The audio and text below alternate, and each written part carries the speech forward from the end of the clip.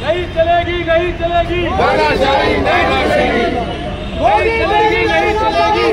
नहीं चलेगी नहीं चलेगी मोदी तेरी तानाशाही नहीं चलेगी नहीं चलेगी मोदी तेरी तानाशाही नहीं चलेगी नहीं चलेगी కేంద్రంలో ఉన్నటువంటి సుప్రీం కోర్టు గాని ఢిల్లీలో ఉన్నటువంటి హైకోర్టు గాని